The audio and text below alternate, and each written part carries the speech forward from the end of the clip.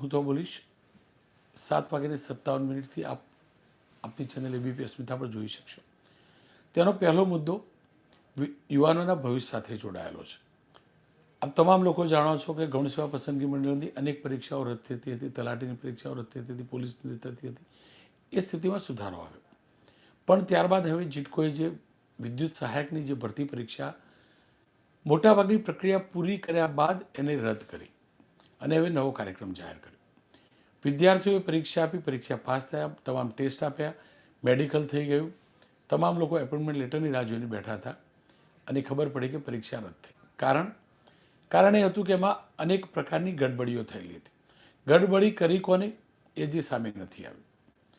વિભાગે એક અરજીના આધારે આ કાર્યવાહી કરી, તપાસ કરી અને એમાં દેખાયું કે હા, પરીક્ષાની અંદર ગડબડી થઈ છે. જે પોલ ટેસ્ટ હોય છે, પોલ ઉપર ચડવાનો જે ટેસ્ટ હોય છે, એમાં ગડબડી થઈ છે અને 6-7 પ્રકારની ગડબડીઓ સામે આવી છે.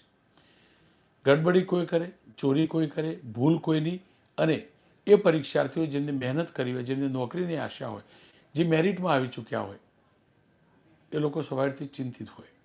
આજે વડોદરાની અંદર જે જીટકોની જે ઓફિસ છે ત્યાં લોકો પહોંચ્યા હતા. વિદ્યાર્થીઓ રજૂઆત કરી, કાર્યક્રમ જાહેર કરી દેવામાં આવ્યો.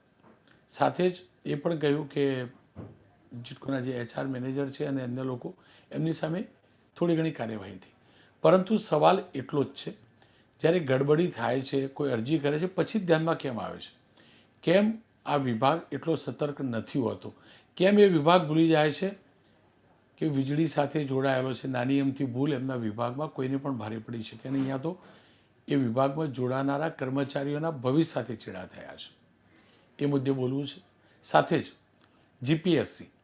જીપીએસસી અત્યાર સુધી આપણે તુલના કરતા હતા કે રાજ્યના અન્ય પરીક્ષા બોર્ડની તુલનામાં જીપીએસસી શ્રેષ્ઠ બોર્ડ છે. ગમે તેવા કપરા સંજોગો હોય, જીપીએસસીની પરીક્ષા સમયસર લેવાતી હતી, કેલેન્ડર પ્રમાણે લેવાતી હતી. ભરતી પ્રક્રિયા જે પણ વિભાગોને જે પણ કર્મચારીઓ જોતા હોય એના માટેની પ્રક્રિયા જીપીએસસી અદ્ભુત રીતે પૂર્ણ કરતી હતી. પરંતુ જીપીએસસીના ચેરમેન બદલાયા અને માનીએ કે જીપીએસસીની એક્ઝામ આપનાર પરીક્ષાર્થીઓ કે વિદ્યાર્થીઓનું તકદીર બદલાયું. બદલાયાનો મતલબ સુધર્યું નહીં, બરબાદ થઈ. અનેક પરીક્ષાઓ જીપીએસસીએ રદ કરી છે. કોઈને કોઈ ટેકનિકલ કારણ આગળ ધરીને કે ટેકનિકલ કારણોસર રદ કરવામાં આવે છે. આ ન હોઈ શકે. જીપીએસસીનું કામ જ પરીક્ષાઓ લેવાનું છે અને જે બોર્ડ પરીક્ષા લેવા માટે બનેલું હોય એ પરીક્ષાઓ વારંવાર રદ કરે કોઈને કોઈ વિભાગની, ભલે 5 બેઠક માટે હોય કે 25 કે 100 બેઠક માટે. એ ન ભૂલવું જોઈએ કે તમે વિદ્યાર્થીઓના, યુવાનોના ભવિષ્ય સાથે ચેડા કરી રહ્યા છો, રમી રહ્યા છો. તમે તમારી જવાબદારીમાંથી પીછેહટ કરી રહ્યા છો.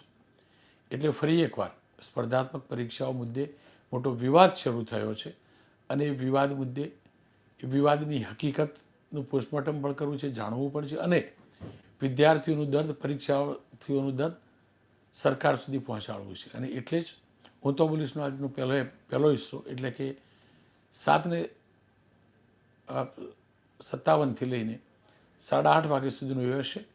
વિદ્યાર્થીઓના, પરીક્ષાર્થીઓના, યુવકોના ભવિષ્ય સાથે ચેડા કેમ.